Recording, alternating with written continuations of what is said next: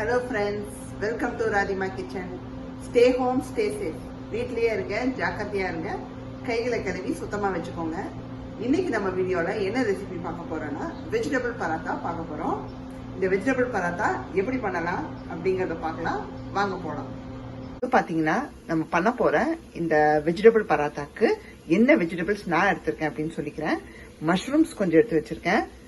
அப்புறம் பீன்ஸ் கொஞ்சம் பொடியா நறுக்கி வச்சிருக்கேன். நல்ல பொடியா நறுக்கிக்கோங்க, அப்பதான் ஸ்டஃபிங் பண்ண ஈஸியா இருக்கும். அப்புறம் பட்டாணி கொஞ்சம் எடுத்து வச்சிருக்கேன்.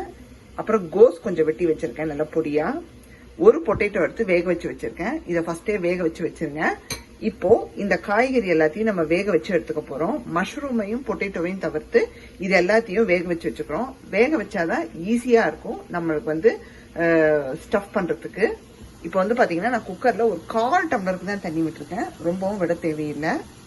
அதுல இப்போ இந்த வெஜிடபிள்ஸ் சேர்த்துருங்க. குக்கரை மூடி வேக வச்சு எடுத்துக்கலாங்க. உப்பு எதுவும் சேர்க்க வேணாம். ஜஸ்ட் அப்படியே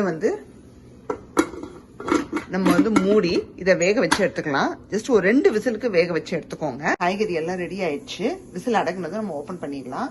இதுக்கிடையில நம்ம சாட்டே பண்ற மெத்தடுக்கு போயிடலாம். ஒரு பேன் வச்சுக்கோங்க. அது நல்லா சூடானதும் நம்ம 2 டேபிள் ஸ்பூனுக்கு எண்ணெய் சேர்த்துக்கிறோம். எண்ணெய் சேர்த்துட்டு நான் ஒரு 3 பூண்டு, அப்புறம் 2 சின்ன ஜிஞ்சர் எடுத்து நல்லா பொடியா நான் துருவி வச்சிருக்கேன். நீங்க சாப் பண்ண முடிஞ்சா சாப் பண்ணி கூட வச்சுக்கலாம். உப்பு தேவையான அளவு, மிளகாத்தூள் ஒரு 1/2 ஸ்பூனுக்கு எடுத்திருக்கேன். மஞ்சத்தூள் ஒரு 1/4 ஸ்பூன், அப்புறம் மிளகு தூளும் கரம் மசாலாவும் 1/4 ஸ்பூன் எடுத்திருக்கேன். அதுக்கப்புறம் சில்லி பிளேக்ஸ் ஒரு 1/4 ஸ்பூன் எடுத்திருக்கேன். இததான் நம்ம இந்த வெஜிடபிள்ஸோட அந்த இதுக்கு நம்ம சேர்க்கக்கூடிய மசாலா. பேன் நல்லா சூடாயிடுச்சு. நம்ம எண்ணெய் சேர்த்துக்கலாம். ஏதோ ஒரு ஃப்ரை ஆயில், உங்க வீட்டுல என்ன ஃப்ரை ஆயிலுக்கும் ஒரு 2 ஸ்பூனுக்கு சேர்த்துக்கோம். எண்ணெய் சூடானதும் நம்ம எடுத்து வச்சிருக்கிற இஞ்சி பூண்டு அதை உள்ள சேர்த்துருங்க. சேர்த்துட்டு லைட்டா சாட்டே பண்ணிக்கோங்க. அந்த பச்சை வாசம் போனதும் நம்ம மஷ்ரூமை சேர்த்துடலாம். பாத்தீங்கன்னா நம்மளுக்கு இஞ்சி பூண்டு நல்லா சாட்டே ஆயிடுச்சு. மஷ்ரூமை சேர்த்துருங்க.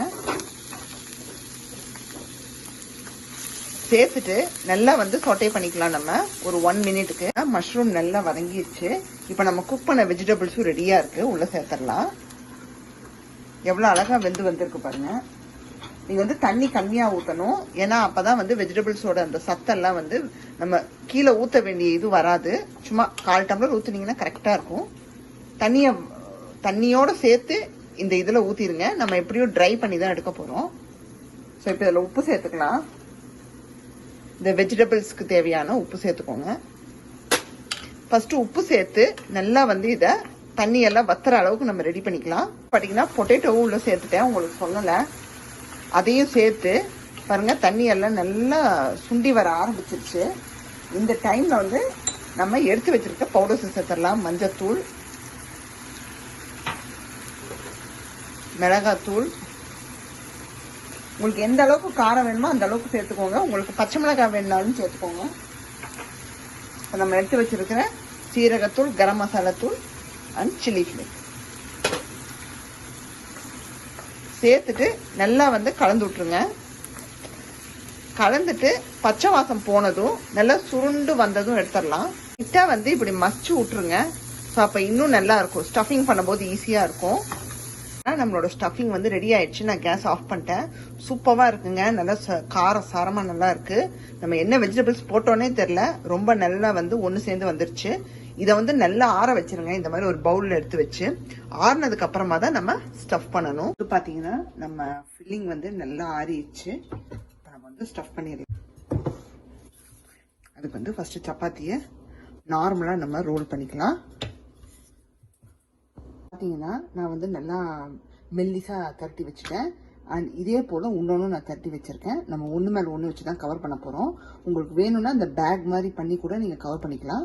பட் அது வெளியே வரும், கொஞ்சம் ஸ்பில் ஆகும் அப்படின்னு நினைச்சீங்கன்னா இந்த மெத்தடை ஃபாலோ பண்ணுங்க. ஈஸியா இருக்கும். இப்போ ஸ்டஃபிங்கை வச்சு நம்ம நல்லா ஸ்ப்ரெட் பண்ணி விட்டுறலாம்.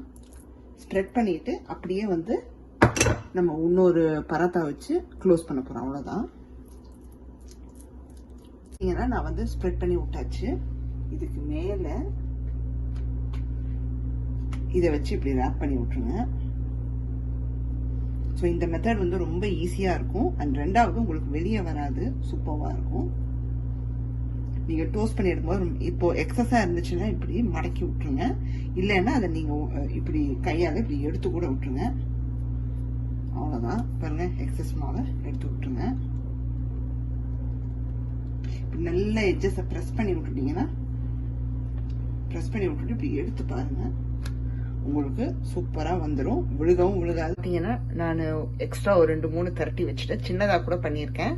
ஸோ இப்போ வந்து இதை டோஸ்ட் பண்ணி டோஸ்ட் பண்ணும்போது லோ ஃப்ளேம்ல வச்சுக்கோங்க, ரொம்ப ஹை ஃப்ளேம்ல வச்சுக்காதீங்க. நல்லா இப்போ நான் பேன்ல போட்டிருக்கேன். ஒரு பக்கம் நல்லா டோஸ்ட் ஆகி வரட்டும், அதுக்கப்புறம் திருப்பி போட்டுக்கலாம். பார்த்தீங்கன்னா திருப்பி போட்டிருக்கேன். இந்த இன்னொரு பக்கமும் நல்லா வந்து வெந்து வரட்டும். பக்கம் வெந்து வந்ததும் லைட்டா வந்து எண்ணெயை இப்படி ரப் பண்ணி விட்டுக்கோங்க.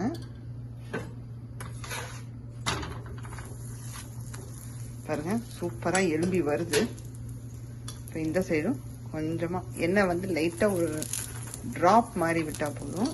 இது பாத்தீங்கன்னா எனக்கு சூப்பரா டோஸ்ட் ஆயிடுச்சு, நல்லா எழுந்து வந்துச்சு எனக்கு. இதே மாதிரி இன்னும் 2 நம்ம டோஸ்ட் பண்ணிட்டோம். சூப்பரா ரெடி ஆயிடுச்சுங்க டோஸ்ட் பண்ணது. உங்களுக்கு கட் பண்ணியும் காமிச்சிடுறேன். செம்ம சூடா இருக்கு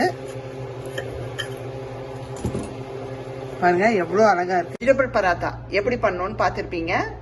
கண்டிப்பா எல்லாரும் வீட்ல ட்ரை பண்ணி பாருங்க. இந்த வீடியோ உங்களுக்கு பிடிச்சிருந்தா லைக் பண்ணுங்க, ஷேர் பண்ணுங்க. சப்ஸ்கிரைப் பண்ணாதவங்க ராதிமா கிச்சனை சப்ஸ்கிரைப் பண்ணிருங்க. பக்கத்துல இருக்கிற பெல் ஐக்கானையும் கிளிக் பண்ணிருங்க. அப்பதான் நான் போடுற வீடியோஸ் நோட்டிபிகேஷன்ல வரும்.